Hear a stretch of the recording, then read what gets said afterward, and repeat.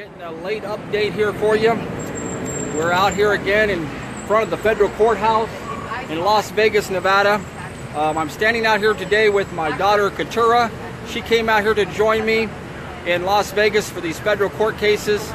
So we've got you an update mainly today on Dr. Henri Wetselaar. He's the 93-year-old doctor that had sentencing today. It was a quite lengthy sentence, and we'll get into that in just a moment. At the same moment down here, we have the case against Eric Parker, Stephen Stewart, Scott Drexler, and Ricky Loveland. And that is continued again right now. So we're trying to give you a quick update and about what's going on down here with Dr. Wetselaar, and just a little bit of stuff on the Bundy stuff, and we'll have you another larger update here to tonight after court's over with. Andrea Parker, she had to go back up into court, so we're fixing to go up and join her. Again, this is my daughter Keturah. She came from Montana out here to join me and to help support and do some court observing herself. Today we spent all morning in another courtroom. Dr. Foley, is that his name? Foley. Dr. Foley, or Judge Foley, I'm sorry. Judge Foley's courtroom. And it was his sentencing for the 93-year-old doctor that has been, that was sentenced today in a federal court here.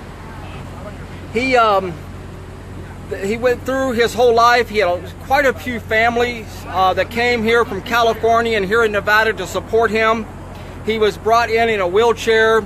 He looked quite frail. He has oxygen. He's on all the time. He's not very well. He's and even in his statement that he made to the judge asking for leniency and taking blame for his actions, he asked for leniency to be spending his last few days or months at home instead of in a federal prison. But unfortunately today, the judge found him guilty still of all the charges that were handed down to him from the jurors and gave him 10 years in prison for it. The prosecutors were asking for 20 years plus for Dr. Wetselaar, and they ended up only giving him 10 years instead, which we know that him being 93 years old, that he will not see the outside of a prison again. Several interesting points about Dr. Wetselaar in his statement that he made for the judge. He is a World War II veteran. This man was in World War II, and the veteran, he met Anne Frank. And he brought this up and told the judge today that he met Anne Frank. He saved lives during that time frame. He spent time in prison himself. Was even given the death sentence, and he had 12 hours to live, and he was able to escape the death sentence in Germany during this time. He ended by the firing squad. He ended up escaping that and ended up leaving again to Holland. And from Holland, he went to Canada, ended up with his doctor's degree, and he's been a doctor since 1952. So 60 plus years that he's been a doctor, a medical doctor. And he's never had a criminal record in his life except for being sent to prison and concentration camps in Germany during World War II. It's the only time he's ever been in trouble in his life until just most recently. He was 87 years old when he was arrested. It's sad to see what our government has done to him. They've pretty much charged him with distributing over-the-counter drugs or medication that the Drug Administration passes out. And to see his family there break down and cry and the whole ordeal, it was just something else. I do want to give my daughter a chance to talk, give her insight of what she's seen there in court. These are some of her first time she's actually got to witness some of these federal cases, and I want to get her side of it too, because it's good to get different people's opinions that show up and hear things. So what was your opinion today on what you've seen there in court? Okay, hi everyone, I'm Keturah. This is the second day in a row and the first time ever being in federal court, and it was definitely interesting. First thing I would say is it doesn't take a genius to see that there's a definite bias happening and injustice happening, and it's very obvious that a lot of greed and a lot of corruption that's happening. It's kind of, I would say, stupid. One of the main things I noticed there today in this court case here with the doctor is that the judge seemed awful concerned about the money and the forfeitures. Yeah. $2.5 million they're trying to take from this doctor. They're trying to take everything he owned his whole life. They've taken all of his collections and collectibles and everything from his house, 70 plus items, millions of dollars worth of stuff, and the judge wanted to make sure that they kept those things. It was like the lawyer and his family, they kept talking about how he'd been a World War II veteran and how he had served all these people for years and years, and they had many of his patients even there, but that were there to testify that he had been a good doctor towards them. But all that mattered to them, what they kept repeating over and over, was the forfeiture, the money and the land and everything he owned. All that mattered was what they were wanting from him, it seemed like.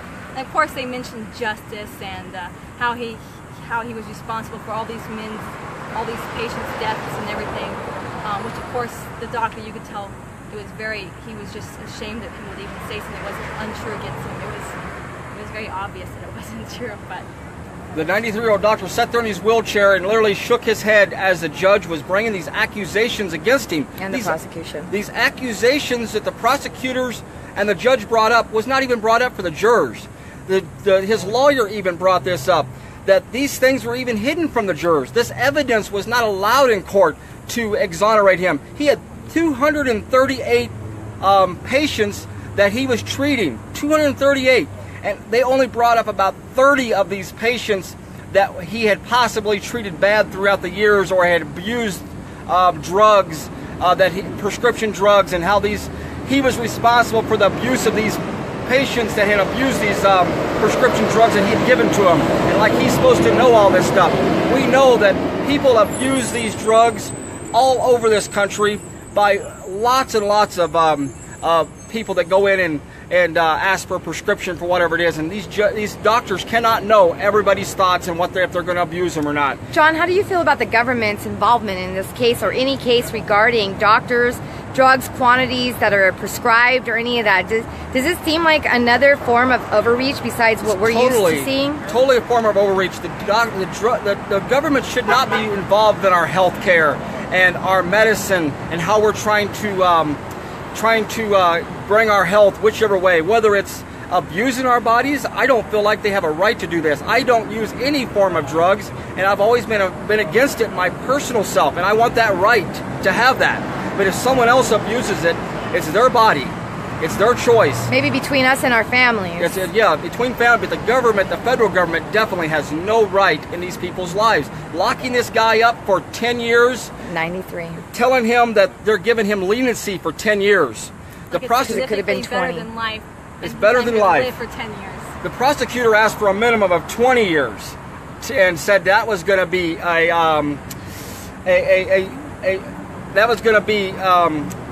given leniency as 20 years to a 93-year-old guy, and the judge decided to only give him 10 years instead and give him more leniency.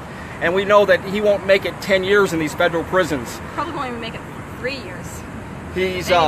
He's very, very sick. He's been to hospital several times while he's been out here in Pahrump, Nevada, and it's just sad to see our justice system do this to another American, especially a veteran of World War II. He spent 10 years, and I got a lot of notes. I'd like to go over all of them. Can I ask her a question? Yes. What about the appearance of the doctor in the courtroom? How did you feel when you saw the doctor appear? He looks like a guy he's not being treated very well, and he's going to die very soon if he doesn't get good treatment. He was pushing a wheelchair. He's like this.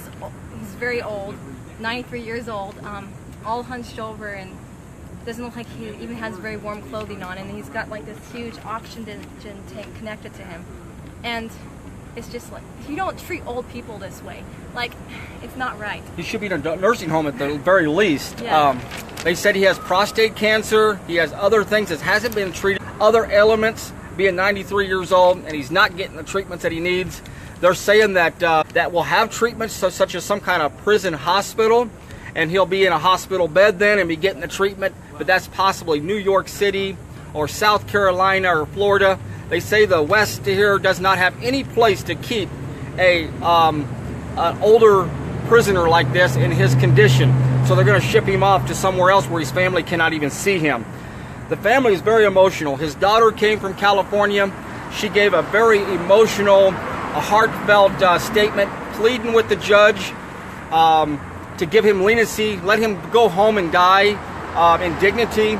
His son-in-law gave a very heartfelt statement the same way, saying he's known Dr. Wetselaar for years now, and that he had nothing bad to say about him at all. There was patients that showed up on his behalf that were crying in the courtroom, crying in the hallway because of the way they were treating this Dr. Wetselaar. Do you remember the story the son-in-law had about a patient that they were out to dinner and there was a patient that called for a home visit? Do you That's remember a really that? good point. And the son-in-law says one thing that really stuck out in his mind is Dr. Wetselaar loved his patients so well that he was out and about and he knew a patient that was bedridden. And he decided, well, I'm going past the house. I want to stop at this house and check on my patient. This is how Dr. Wetselaar has done. And there was other stories. The judge brought up something similar to this and said Dr. Wetselaar was out of character as a doctor, that one of his patients showed up in a car one time and didn't feel good enough to come inside the clinic, so Dr. Wetselaar went out to the car to treat this patient. And they was acting like this was out of character for a doctor. It was unprofessional. The doctor should have the patient come inside no matter what. But this patient obviously was not able to get out of the car, was not able to make the trip in there for how sick they was, so he went out to the parking lot to treat this patient. This is how Dr. Wetselaar, all of his stories, everybody that was talking about him had nothing good to say. Everything was good that they said about him, and still the government, their leniency was 10 years in federal prison. Knowing that that's just sentencing, he will die in there. Yes. The other thing, I wanted to point out and just elaborate on that fact with the doctor's work ethics and conduct. He was servicing we the people that were too poor, lacking insurance, lacking the ability to get to a normal doctor where you have to meet the regulations and procedure and protocol, but you have to get to them. As you know, these days, we don't have doctors that are affordable, that will come to your homes anymore, that will be there to deliver your child in an affordable range for the poor. So he was servicing a part of the community already oppressed and beaten down with no medical care and no one that care about them, and unable to meet the requirements of bureaucracy and procedure that all medical now falls under because the federal government regulates our doctors. Exactly right. Well, and insurance companies. And these are stories I've heard the last couple of months with my investigation on him, people that's in prison with him, people that are other clients, and they're saying that even if you didn't have money, if you went to Dr. Wetselaar would treat you anyway. He would make sure. That was one of the accusations the federal government had against him, that he would not take money sometimes for these prescriptions he would give to clients because they couldn't afford it. And they're using that against him, saying that that's illegal. He conspired to do this against the federal government. And it was all about the federal government here. And the conspiracy that he theory conspired again against the federal government to treat these patients, and it was just plumb horrible. And it was all about the money.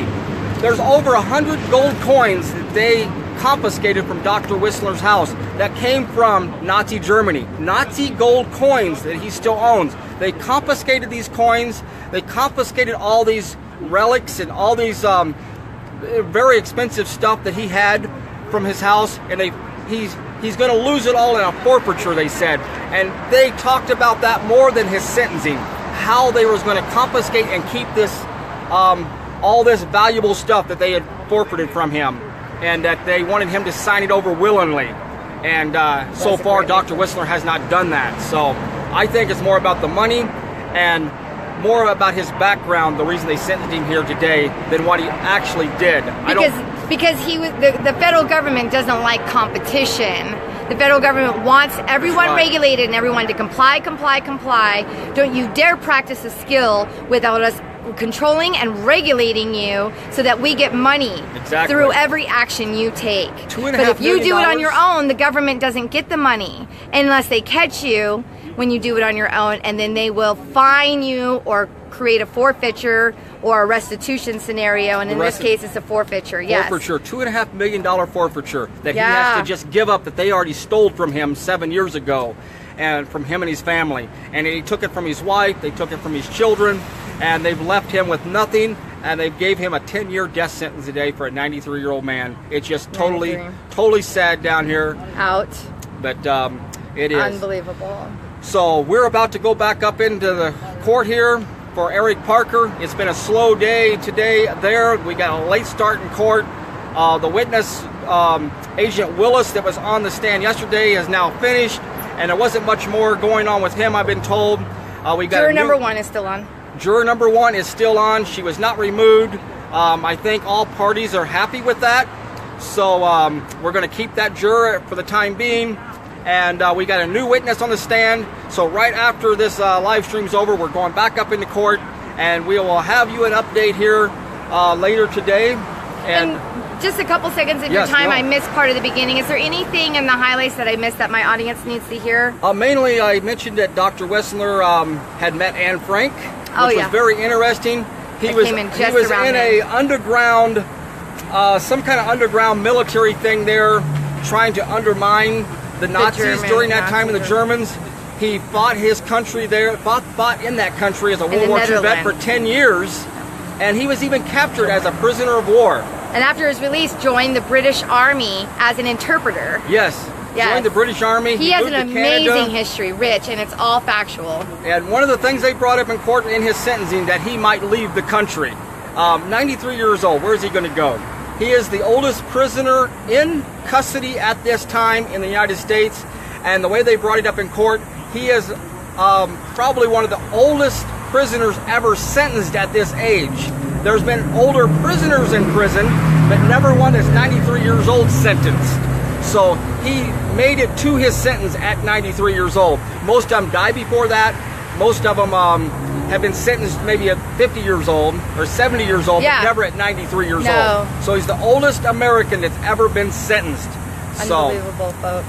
Thanks again for joining us. I think that's all the questions. You have anything more? So I'll try to have Katura help us on another live stream here, hopefully tonight or tomorrow. We're going to still be continuing to report all week long down here in Las Vegas Federal Court. The rest of the week will be about Eric Parker, Scott Drexler, Stephen Stewart, and Ricky Loveland. These 4 guys need all the support they can get up here as the federal government keeps pushing their lies and the tyranny that's in this federal court. Thanks again, everyone, for joining us. God bless. Keep praying for us down here, and thanks again until later tonight.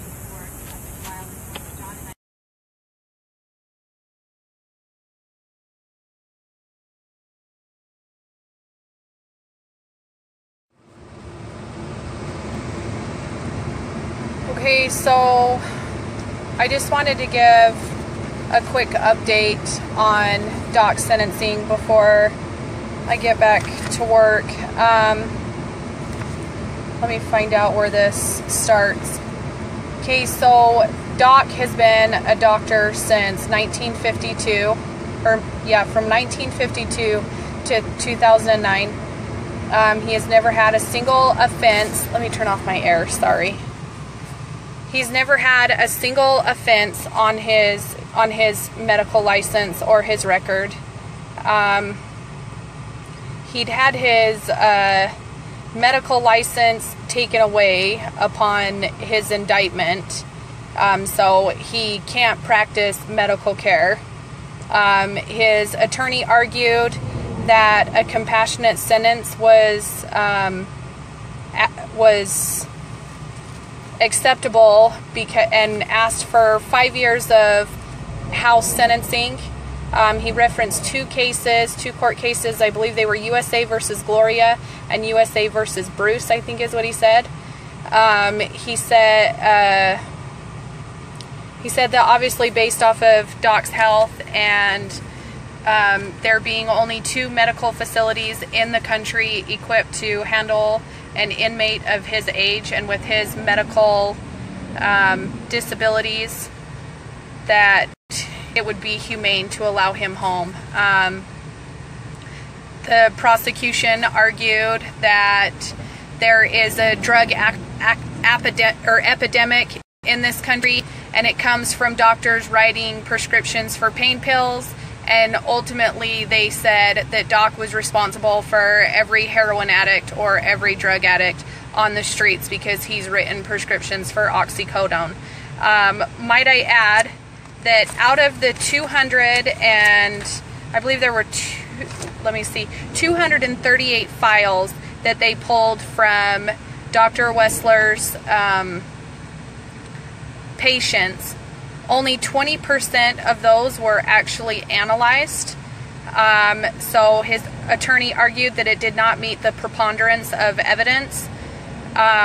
They wanted to know if you had all these files and potential to drug test each and every one of these people, why did you not do it? The judge objected to that and said that he didn't find there to be reason. Said that anyone that, I guess some of these patients have, this investigation's been going on for 5 years, and they said since this investigation, I don't remember how many they said, but there was a couple of people that have died to overdose, and the government argued that they could have overdosed from pills that Doc prescribed, which is outlandish because it was their choice. That's like me saying that I can go down to the liquor store and drink and drive and kill somebody and then, or kill myself, and then you can charge the liquor store for selling me liquor. Doc said that his physical limitations did not allow him to assess these patients, so they were actually handled by a co-doctor or a partner in his practice, but he shook each of their hands, listened to their stories, and felt as if many of them, might I add, even provided work statements like from their place of employment, mostly construction people where they had been injured on the job. He said that actually the day before he was picked up on this, he was at a seminar at the University of Utah studying pain addiction and substance abuse and how to help patients find treatment for that. It seems to me that the doc did what? He gave people the benefit of the doubt, and he prescribed them because he felt that their pain was legitimate. Doc was then able to make a statement. He said that when he was 16 years old, he saw what was going on in World War II. He joined the British, they wore no uniforms, but they were part of a British resistance, or a Dutch resistance, sorry. They were part of a Dutch resistance, and they started working on freeing the Jews from these concentration camps.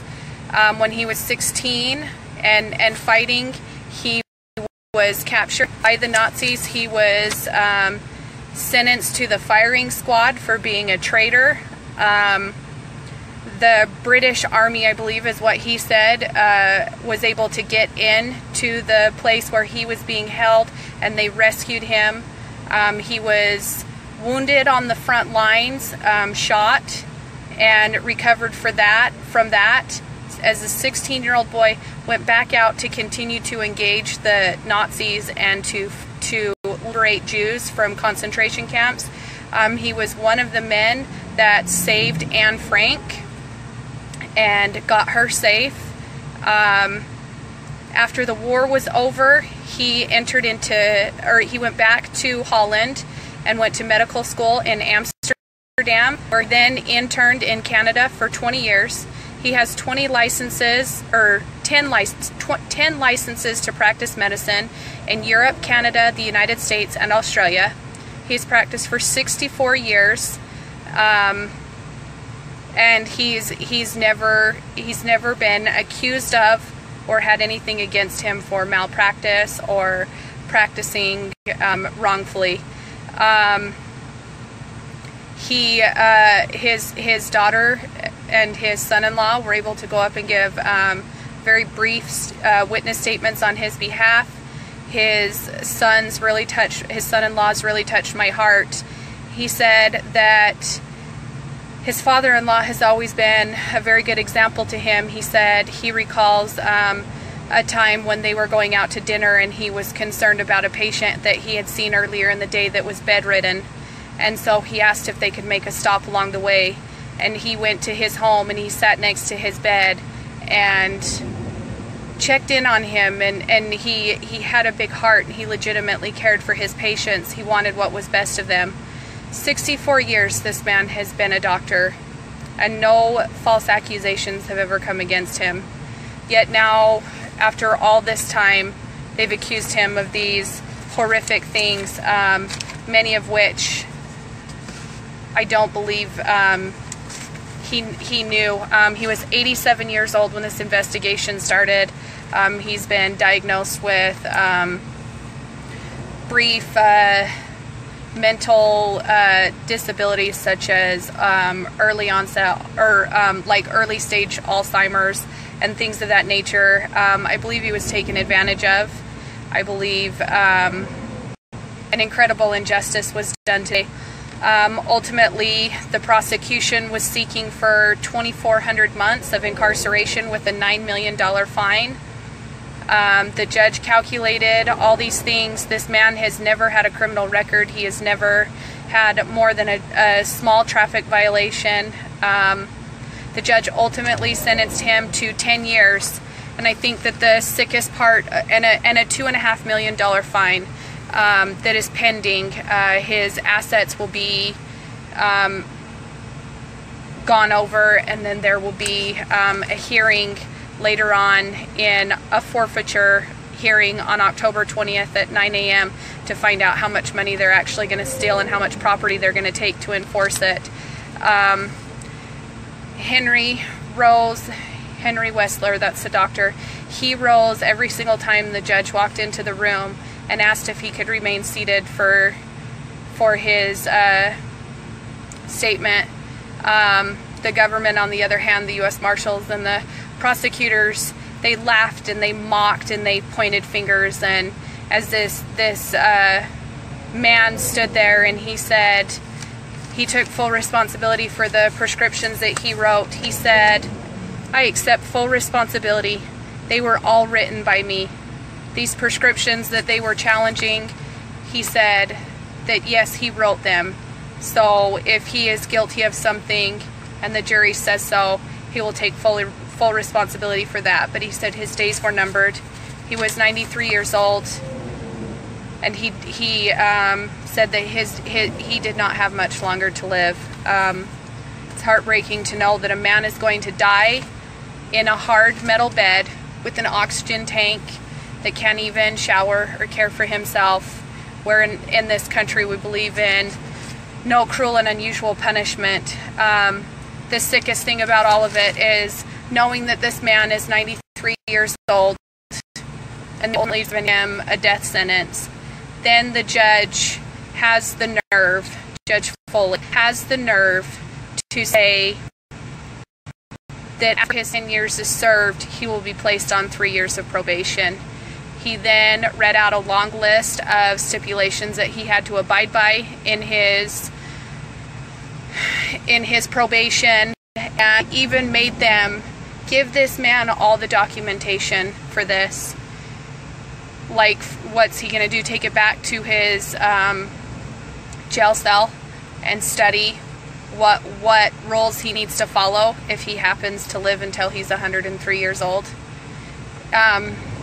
It's sick. And while I absolutely agree that when you do something wrong, that a punishment needs to happen, I don't believe that there's a victim in this case. These people willingly and knowingly came to him and deceived him. They came to him seeking for these prescriptions. It was their choice to do this. It was their choice to take these medications. It was their choice to become addicted. It is not his obligation to see to it that these people were not in pain. That's not his obligation. That's your obligation. You have an obligation to preserve your own health. The doc has. He's 93 years old and he's still kicking. I mean, he's taking care of his body. Why would he think that somebody else would be abusing it? And while he knows that that's happening, because clearly he's been seeking classes for it and how to help these people, surely it doesn't grant him having 13 counts of conspiracy to distribute controlled substances, aiding and abetting, and I can't even remember all of them because seriously there are so many charges. And then there was also a money laundering charge that they were never able to prove, but the prosecution argued that he accepted money from these patients to deal drugs, so that was considered money laundering. Wake up, because you can be a good, productive American citizen. You can be a hero to thousands of people. You can live a productive life and raise a good family for 93 years, and then they can come after you. No one is immune here, and I'm very troubled by this. I thought for certain that a judge would have some sort of compassion and mercy, especially for a man of his age and with his background. This is America. Stand up and say something or do something. I don't know. I struggle to sit through another court proceeding like this, and I struggle to hold another woman that will never see her husband or her father again. It's tough being tough. It's really tough being tough. But it's like I told Misty today, you have to tell yourself every single day that you are strong enough. You look yourself in the mirror every single day with the challenges that are in your life, and you say, I am strong and I can do this. And I promise you that as the days go on, you will start to believe yourself. I told her that allowing herself to wallow would allow them to win. So slap a smile on, tell yourself you're strong enough, that you're brave enough, and that you're a fighter, and you'll get through this. And that goes for every single one of you that may be struggling right now. You're strong enough, you're brave enough, and you're a fighter. You can do this. Smile, because when you smile, Satan loses. Have a good day, y'all. I gotta get back to work. Bye.